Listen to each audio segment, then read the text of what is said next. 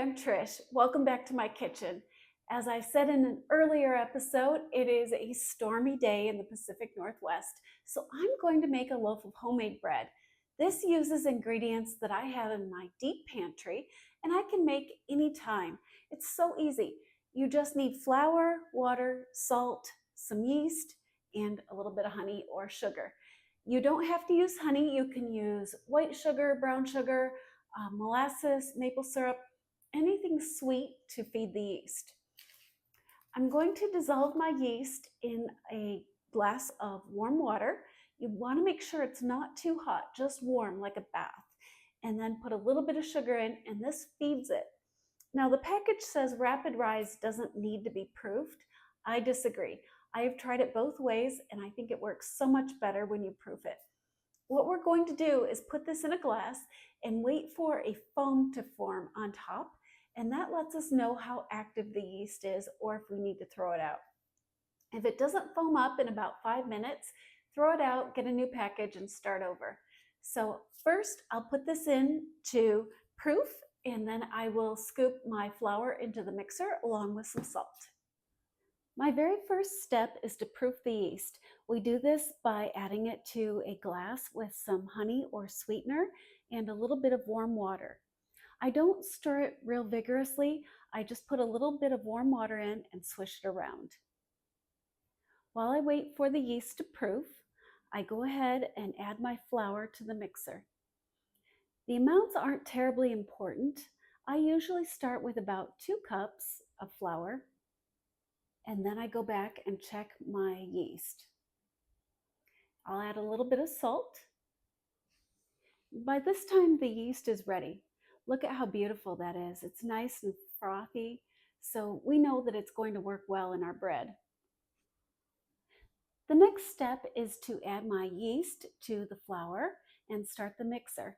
I then add a little bit of warm water and just use your best judgment as to how much you need.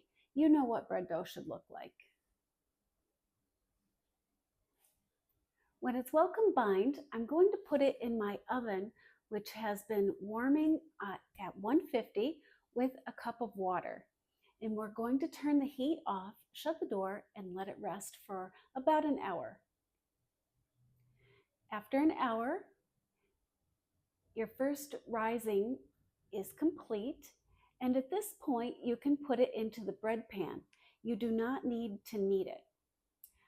I line my bread pan with baking paper because it makes it easier to get the finished product out.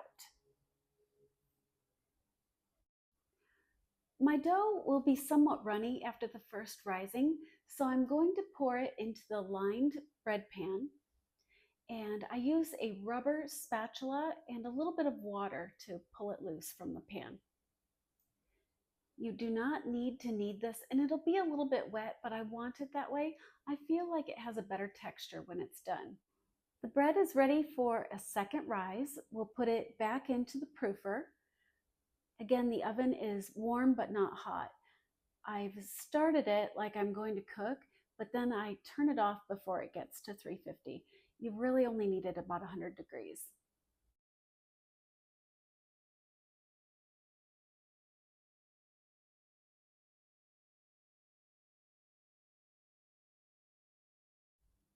Isn't this gorgeous? Now there are 2 little secrets I'm going to share with you for perfect bread. I leave my water in while I'm baking, and I check the bread about 10 minutes in.